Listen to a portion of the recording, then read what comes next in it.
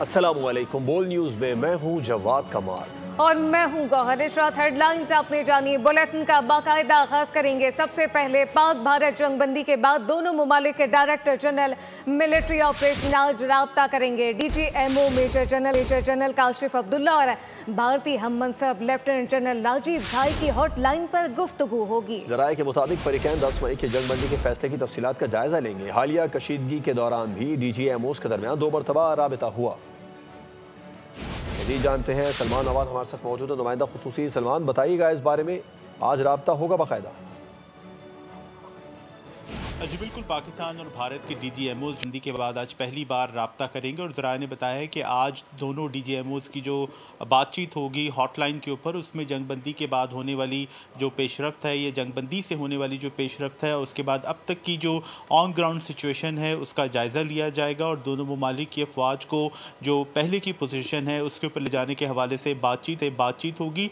जब ये हालिया कशीदगी जारी थी पाकिस्तान और इंडिया के दरमियान, तो उस दौरान भी दोनों ममालिक के DGMOs के दरमियान कम से कम 2 बार राब्ता हुआ था और इस राब्ते का जिक्र DGI ISPR ने नायब वज़ीर आज़म इसहाक डार के साथ अपनी प्रेस कॉन्फ्रेंस में भी उसका जिक्र किया था और कहा था कि वो वाले राब्ते जो हैं वो मामूल का जो हफ्तावार राब्ता होता है वो वही राब्ता था। लेकिन आज पहली बार हम देखेंगे कि दोनों ममालिक की DGMOs जो है स्पेशली पाक भारत जंगबंदी के बाद राब्ता करेंगे और इसमें यकीनी तौर पर दोनों ममालिक में कशीदगी में कमी या de-escalation के हवाले से बातचीत होगी। इस हवाले से जो इत्तलात आ रही हैं भारतीय मीडिया पे, मैं उसके हवाले से उनको तरदीद कर दूं कि जो सेंतास मुआहदा है, दहशतगर्दी से मुतल्लिका अमूर हैं या पाकिस्तान और इंडिया के दरमियान दीगर जितने भी मामलात हैं वो यकीनी तौर पर DGMOs के मैंडेट में नहीं आते। DGMOs के दरमियान जो भी बातचीत होगी या जितनी भी बातचीत होगी वो मिलिट्री लेवल के हवाले से होगी। पाकिस्तान और भारत के दरमियान जो मिलिट्री लेवल के ऊपर de-escalation है उसके हवाले से होगी।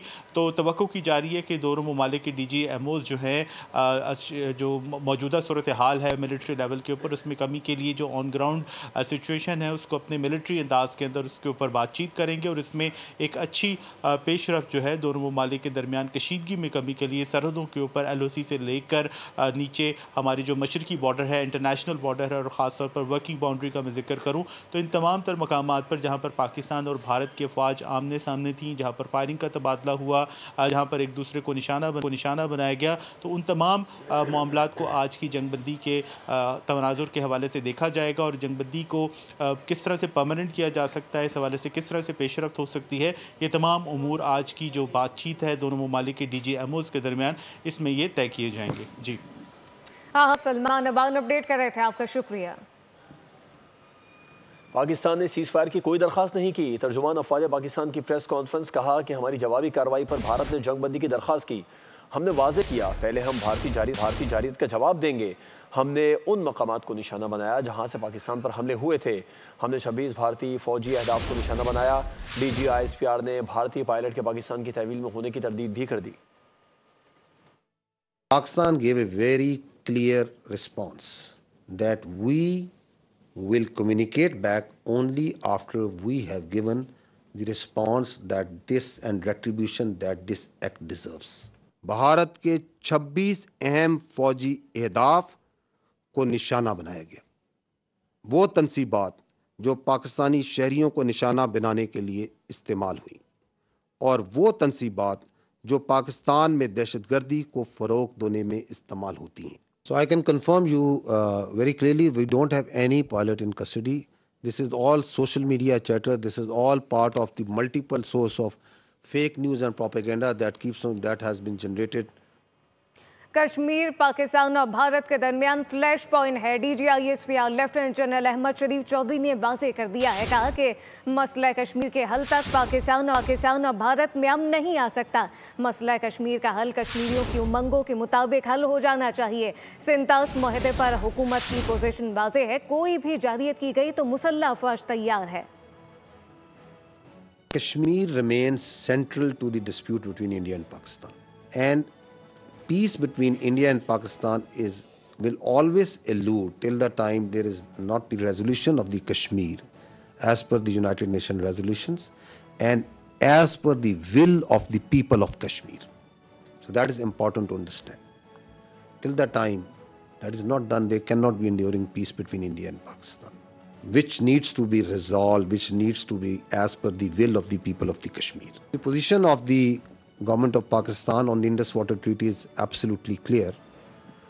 और जंगों के तरीक़े यकसर बदल चुके हैं। अब ये पहले की तरह नहीं है कि आप तैयारे हवा में उड़ा दें और बैठ कर देखें। एयर वाइस मार्शल औरंगजेब ने मीडिया ब्रीफिंग में बताया कि अब पूरा माहौल नया हो गया है, फ़ज़ाइया और फ़ज़ा से मुतालिक है, वो इस इलेक्ट्रो स्पेक्ट्रम के अंदर होता है। अगर आप स्पेक्ट्रम को कंट्रोल कर सकते हैं तो आप तसादुम को कंट्रोल कर सकते हैं। Warfare has changed drastically, and so has everything that is associated with it. It's not the erstwhile concept where you can just get the number of aircraft in air and see. It's called a new EMSO, the electromagnetic spectrum operations. It's a whole new environment that is there. And everything that is regarding Air Force and in the air, it's concerning the electromagnetic spectrum. Now, air supremacy has to be preceded by a spectrum supremacy. And if you control the spectrum, you control the conflict.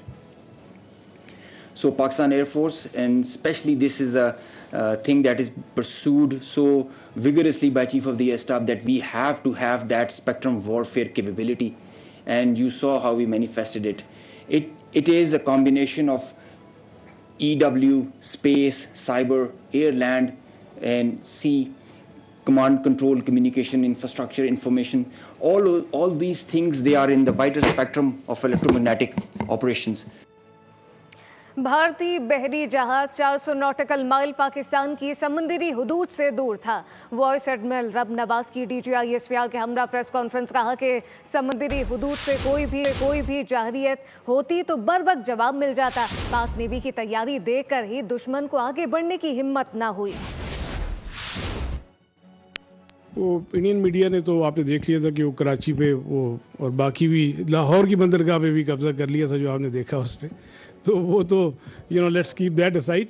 So again मैंने कहा ना कि ये भी जो telegraph की भी जो सारी ये इंफॉर्मेशन ऑपरेशंस हैं और जो मैंने आपकी कैपेबिलिटी बता दी, and Indian Navy also understands कि उसकी क्या कैपेबिलिटी है। कराची से करीब लेके आना 400 मील में मैंने आपसे कहा, even at that range and if it comes even closer, so that makes it extremely vulnerable. They understand it perfectly well. एक तो जो कोऑर्डिनेटेड थ्रेट है naval air arm and Pakistan air force जो जनरेट करती है वो, और इवन जो हमारी सब सरफेस एलिमेंट्स डिप्लॉयड थे, तो वो they fully understood at all times कि क्या थ्रेट्स हैं। Capability they all understand, and while I am not undermining, लेकिन I am just be factually correct, we understand, we have our plan ready. और मतलब अगर कोई एडवेंचरिज्म की तरफ आता है तो वी विल टेक देम। दिहाड़ी में DGISPR की न्यूज़ कॉन्फ्रेंस देखने के लिए बड़ी स्क्रीन का एहतमाम किया गया। ज़िला इंतज़ामिया की जानिब से लगाई गई स्क्रीन पर शहरियों की बड़ी तादाद ने न्यूज़ कॉन्फ्रेंस देखी। इस दौरान फ़ज़ा पाकिस्तान जिंदाबाद, पाक फौज जिंदाबाद के नारों से गूंजती रही। न्यूज़ कॉन्फ्रेंस के अख्ताम पर आतिशबाजी का शानदार मुजाहरा किया गया। दिहाड़ी में DG की न्यूज़ कॉन्फ्रेंस देखने के लिए बड़ी स्क्रीन का एहतमाम किया गया। ज़िला इंतज़ामिया की जानिब से स्क्रीन लगाई गई थी और शहरियों ने बड़ी तादाद में ये न्यूज़ कॉन्फ्रेंस देखी। खड़िया में वतन के लिए जाने कुर्बान करने वाले शहदा की गायबाना नमाज जनाजा अदा की गई, जिसमें स्पीकर पंजाब असम्बली मलिक मोहम्मद अहमद खान और वज़ीर आला और अस्करी क़यादत ने शिरकत की।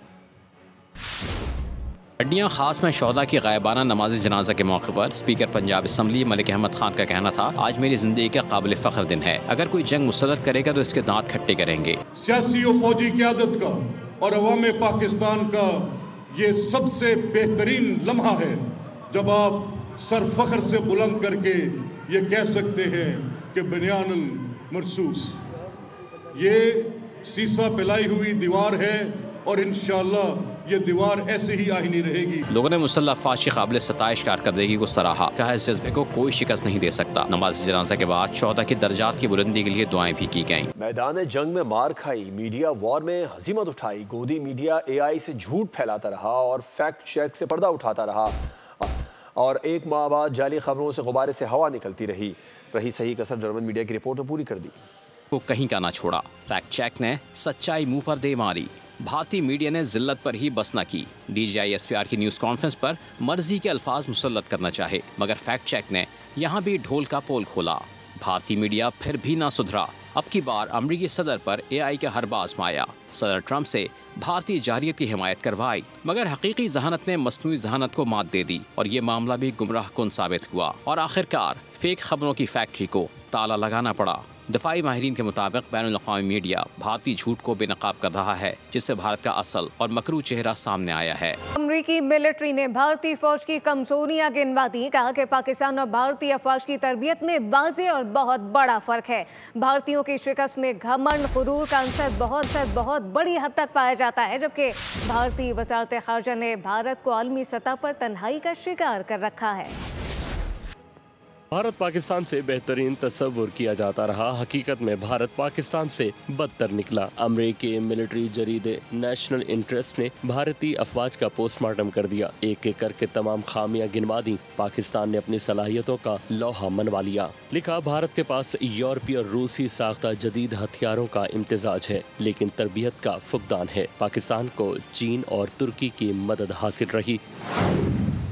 पाकिस्तानियों की ट्रेनिंग आलमी मयार के मुताबिक भरपूर है। जरीदे ने लिखा कि पाकिस्तान एयरफोर्स ने भारतीय फजाई हमलों को रोककर गैर मामूली दिफाई सलाहियत साबित की। ऑपरेशन के आगाज में ही भारतीय फजाइया के 5 जंगी तैयारे मार गिराए। भारतीय पायलट्स में मुनासिब फ्लाइट ट्रेनिंग की शदीद कमी है, जिसने जंगी सलाहियत को मुतासिर किया। जदीद तरीन राफेल तैयारों का नुकसान नई दिल्ली की साख के लिए एक बड़ा धचका है। पाकिस्तान फजाइया की बरतरी की बड़ी वजह पाक फजाइया के पायलट्स की बेहतर तरबियत और जंगी तजर्बा है। अमरीकी जरीदे ने तज्जिया किया कि भारतीय खारजा पॉलिसी ने इसे आलमी हिमायत से महरूम कर रखा है। मौलाना फजलुर रहमान ने कहा है कि पहलगाम में आम शहरियों के कत्ल पर पाकिस्तान ने मुसम्मत की है, मगर भारत ने उल्टा पाकिस्तान पर इल्जाम लगाकर हमला किया। मोदी अपने लोगों को तहफ़्फ़ुज़ ना दे सका और वाक़े को हिंदू मुस्लिम फसाद के लिए इस्तेमाल किया। सिंतास मता पर महफूज है, भारत एक तरफा ख़त्म नहीं कर सकता। मौलाना ने खबरदार कर दिया कि अगर भारत दोबारा हमला करेगा तो पाकिस्तान मुंह तोड़ जवाब देगा। भारत के एक रॉकेट के मुकाबले में हम 100 रॉकेट दागेंगे। इंडियन एयर मार्शल की इंडियन मीडिया से बचने की कोशिशें, इशारों के नाव में अपने तैयारे गिरने की बात की और तैयारों का मलबा ना होने का कहकर जान छुड़ा ली। तफसीलात के मुताबिक भारत ने बिलवास्ता तौर पर राफेल तैयारे पाक फजाइया के हाथों गिराए जाने का एतराफ़ कर लिया है। भारतीय एयर मार्शल के भारती से प्रेस कॉन्फ्रेंस ब्रीफिंग के दौरान पूछा गया कि आप राफेल तैयारा गिराए जाने की तस्दीक करते हैं। उसके जवाब में उन्होंने कहा, नुकसानात लड़ाई का हिस्सा होते हैं और मैं इससे ज़्यादा तफसील नहीं बता सकता। इससे मुखालिफ को फ़ायदा होता है। पाकिस्तानी तैयारों के मार गिराए जाने के बारे में उन्होंने दावा किया कि कुछ तैयारे मार गिराए हैं, लेकिन भारत के पास उन तैयारों का मलबा नहीं है। राफेल जैसे जदीद भारतीय जंगी तैयारे तबाह होना भारत के लिए नाकाबिले तलाफी धचका है। 5 भारतीय जंगी तैयारों को मार गिराना पाकिस्तान की ज़बरदस्त कामयाबी है। दुनिया भर में प्रिंट और ऑनलाइन शाया होने वाले बैनुल-अक़वामी जरीदों में पाक फ़िज़ाइया के शाहीनों ने धूम मचा दी है। दी नेशनल इंटरेस्ट ने इंडियन एयरफोर्स पर पाकिस्तानी फ़िज़ाइया को बरतर और बेहतरीन करार दे दिया। राफेल जैसे जदीद भारतीय जंगी तैयारे तबाह होना भारत के लिए नाकाबिले तलाफी धचका है। पाकिस्तान से जंग बंदी का ऐलान किया कैसे? इंतहा पसंद हिंदुओं ने भारतीय सेक्रेटरी खारजा को गद्दार करार दे दिया। पाकिस्तान से जंग बंदी करने के ऐलान करने पर जंग के हिमायती इंतहा पसंदों ने भारतीय सेक्रेटरी खारजा विक्रम मिस्री को गद्दार करार दे दिया। रिपोर्ट के मुताबिक जंग बंदी ऐलान के बाद विक्रम और उनके अहल खानों को धमकियां मौसूल हो रही हैं। विक्रम ने अपना सोशल मीडिया अकाउंट भी मुअत्तल कर दिया है। दूसरी जानिब भारतीय सियासतदानों, गैर मुल्की सिफारतकारों और भारतीय एडमिनिस्ट्रेटिव सर्विस एसोसिएशन ने विक्रम मिस्री से इज़हार यकजहती की और पेशावराना जिम्मेदारियां निभाने वाले सिविल सर्वेंट्स पर बिलाजवाज़ ज़ाती हमले काबिल अफसोस करार दिए। जंग रुकवाने के लिए भारत ने अमेरिका की मिन्नतें और तरले किए। भारत के सीनियर सहाफ़ी ने सारे राज फाश कर दिए, शदीद तनकीद का निशाना बनाया। कहा कि नरेंद्र मोदी लोगों को गुमराह करने में माहिर हैं। जंग रुकवाने के लिए पाकिस्तान भागा अमेरिका के पास गया। सहाफ़ी के मुताबिक मौजूदा पाकिस्तान समझता है कि इसने मसला कश्मीर को दोबारा जिंदा कर दिया है, जिसे अमेरिका भी सपोर्ट कर रहा है, जबकि मोदी को अच्छी तरह मालूम था कि मसले का जंगी हल नहीं, लेकिन इसके बावजूद उन्होंने ये रास्ता इख्तियार किया। दूसरी जानिब जम्मू कश्मीर के वज़ीर आला उमर अब्दुल्ला का कहना है कि पाकिस्तान कश्मीर को आलमी सतह पर उठाने में कामयाब हो गया। भारतीय टीवी को इंटरव्यू में जम्मू कश्मीर के वज़ीर आला उमर अब्दुल्ला का कहना था कि अमेरिका दिलचस्पी ले रहा है कि वो निगरां या सालसी का किरदार अदा करे। पाकिस्तानी शाहीनों ने जो तैयारा उड़ाया वो सोना बन गया। पाकिस्तान ने चीनी लड़ाका तैयारों की पूरी दुनिया में मांग बढ़ा दी है। मिस्र बड़ी तादाद में चीनी तैयारों की खरीदारी पर गौर करने लगा है। मशरक़ वस्ता, लातीनी अमरीका के ममालिक में भी J-10C और JF-17 तैयारों में दिलचस्पी ली जाने लगी। दुनिया भर के माहिरीन पाकिस्तान और भारत के दरमियान एयरफोर्स जंग के नताइज पर गौर कर रहे हैं। पाक भारत हालिया टकराव ने चीनी जंगी जहाज़ों की मांग बढ़ा दी। गैर मुल्की मीडिया रिपोर्ट के मुताबिक चीन के जंगी जहाज़ों में मिस्र की दिलचस्पी है। माहिरीन के मुताबिक चीनी जंगी जहाज़ मशरक़ वस्ता में ताकत का तवाज़ुन तब्दील कर सकते हैं। चीनी साख्ता पाकिस्तानी लड़ाका तैयारों और फ्रांसीसी साख्ता भारतीय राफेल तैयारों के दरमियान होने वाली इस फ़िज़ाई झड़प का दुनिया भर की अफवाज तज्जिया कर रही हैं, ताकि मुस्तक़बिल की जंगों में बदतरी हासिल करने के लिए कीमती मालूमात हासिल की जा सकें। हाल ही में पाकिस्तान और भारत के दरमियान होने वाली फ़िज़ाई झड़प ने दुनिया भर की तवज्जो हासिल की है और इससे जदीद फ़िज़ाई हथियारों, पायलटों की महारत और लड़ाका तैयारों की कारकर्दगी को जांचने का एक बेहतरीन मौका करार दिया जा रहा है। पाकिस्तान के हर शहर में भारतीय दहशतगर्दी हुई। पाक फौज ने भारत को दंदान शिकन जवाब दिया। जो कुछ हुआ वो पाकिस्तान की बहुत बड़ी फतह है। कश्मीरी रहनुमा मशाल मलिक की गुफ्तगू, कहा कि गोदी मीडिया अपना मंजन बेचता रहा। मोदी सरकार बदतरीन शिकस्त से दो चार हो गए। जंगबंदी में आलमी रहनुमाओं ने अहम किरदार अदा किया। मसला कश्मीर पर अमरीका का किरदार भी वाज़ेह है। साथ साथ आपको बताएं कि बदतरीन शिकस्त के बाद मोदी सरकार किसी को मुंह दिखाने के काबिल नहीं रहे हैं। आलमी सतह पर भारत को इस वक्त सुबकी का सामना है। मसला कश्मीर पर अमरीकी सदर का बयान इंतहाई अहम है। स्टॉक मार्केट में हफ्ते के पहले रोज जबरदस्त तेजी, नए रिकॉर्ड्स बन गए हैं। स्टॉक मार्केट में कारोबार मुअत्तल होने के बाद सूरत हाल क्या रही है, हमारे नुमाइंदे कफील अहमद हमें बताएंगे। जी कफील।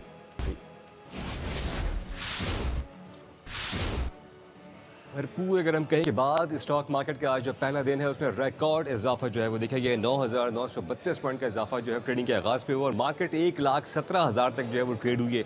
ओवरऑल सेंटीमेंट मार्केट में आज पहला दिन है और मेरे साथ मौजूद अरसलान अहमद साहब। अरसलान, मार्केट क्या बिहेवियर है ओवरऑल? मार्केट में मिठाइयाँ भी तकसीम हुई हैं, क्या कहना चाहेंगे ओवरऑल? देखिए, सबसे पहले तो मैं आगाज़ करना चाहूँगा कि इन फ़िज़ाओं से दोस्ती अच्छी नहीं मोदी, कच्चे तेरे पायलट थे, कुछ तो ख्याल करता।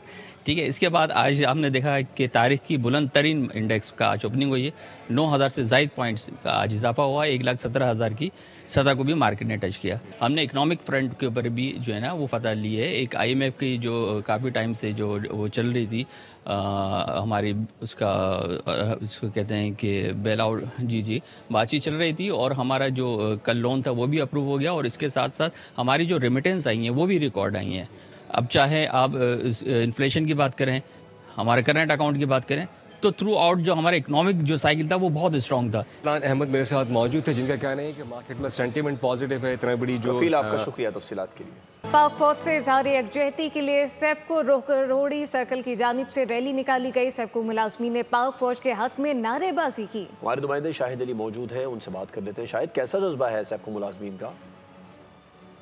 भारतीय जारहियत के खिलाफ पाकिस्तान फौज ने आगे बढ़कर जो जवाब दिया है उसके बाद पूरे मुल्क में खुशी की फजा छाई हुई है।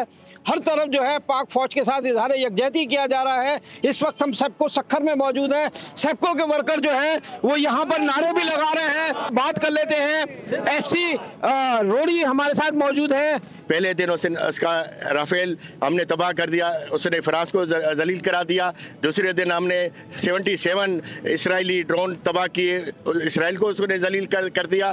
तीसरे दिन उसके हमने रूस के S-400 सिस्टम को तबाह कर दिया, उसको जलील करा दिया। अभी वो दुनिया में जलील ख्वार हो गए। इंशाल्लाह ये जो आज का हमारा खुशी का दिन है इस पर हम नारा मारते पाकिस्तान जिंदाबाद। इस वक्त तमाम लोग जो है वो खुश नजर आ रहे हैं क्योंकि पाकिस्तान ने जो भारत को जवाब दिया है वो उससे हमारा सर। शाहिद, आपका शुक्रिया। मुल्क भर की तरह फैसलाबाद के शहरी भी अफवाज पाकिस्तान के अजीम कारनामों पर पुरजोश हैं। शहरियों का कहना है कि अफवाज ने इनका सर फख्र से बुलंद कर दिया। शहरियों ने अपनी अफवाज को फूल पेश करके खराज तहसीन पेश किया है। मजीद तफसीलात गुलाम दस्तगीर से जानते हैं।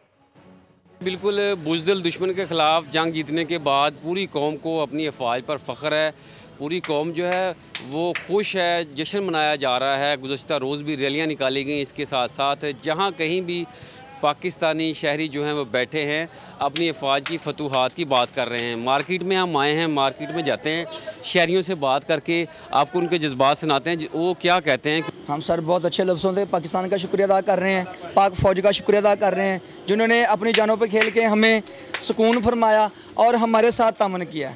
हमारी जान भी उसके लिए खुशी है, पाकिस्तान बहुत खुशी है कि इंशाल्लाह ताला हम इंडिया से जंग जीते हैं।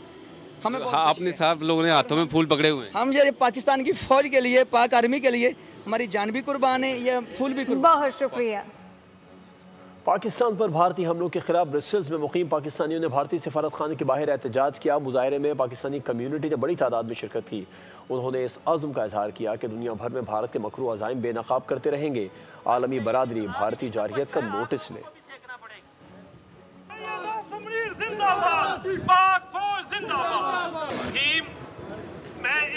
पाकिस्तान और पाक फौज से इजहार यकजहती के लिए दयार खैर में मुकीम पाकिस्तानी भी पुरजोश हैं।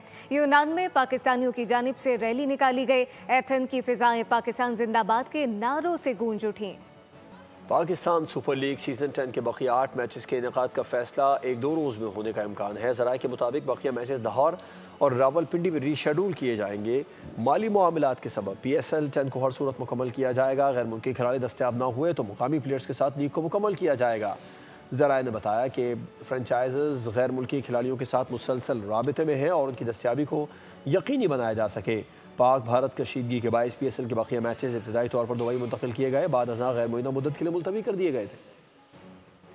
ईद कुर्बान के लिए छत पर जानवर पालना कराची में एक आम रिवाज बन चुका है। बहुत से लोग कुर्बानी के लिए जानवर खरीदते हैं और इन्हें ईद तक अपनी छतों पर रखते हैं। इस हवाले से नाज़िमाबाद से रिपोर्ट करें मोहम्मद काशान। जी काशान, बताइएगा, बादल और सुल्तान छत से ज़मीन पर आ गए?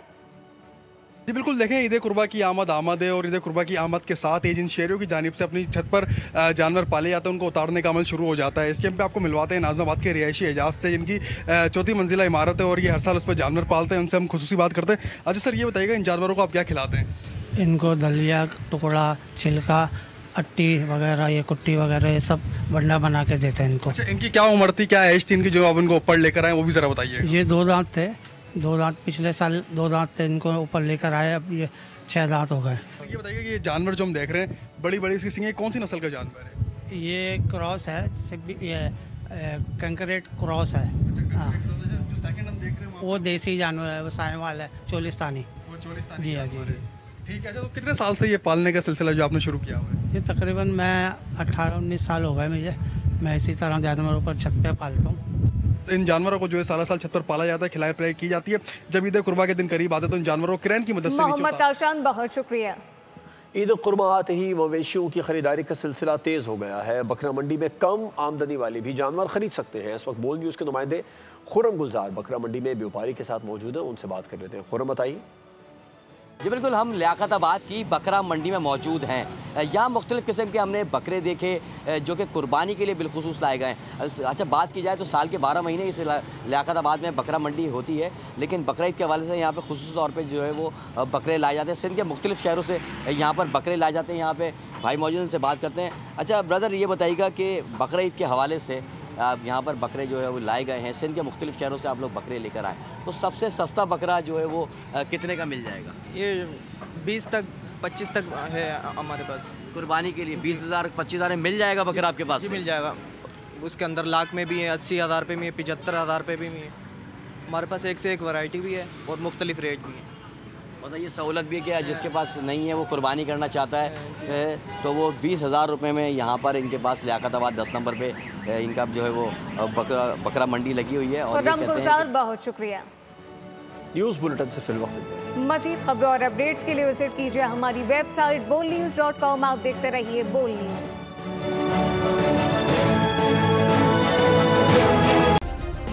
सब्सक्राइब करें और बेल दबाएं ताकि कोई खबर रह न जाए।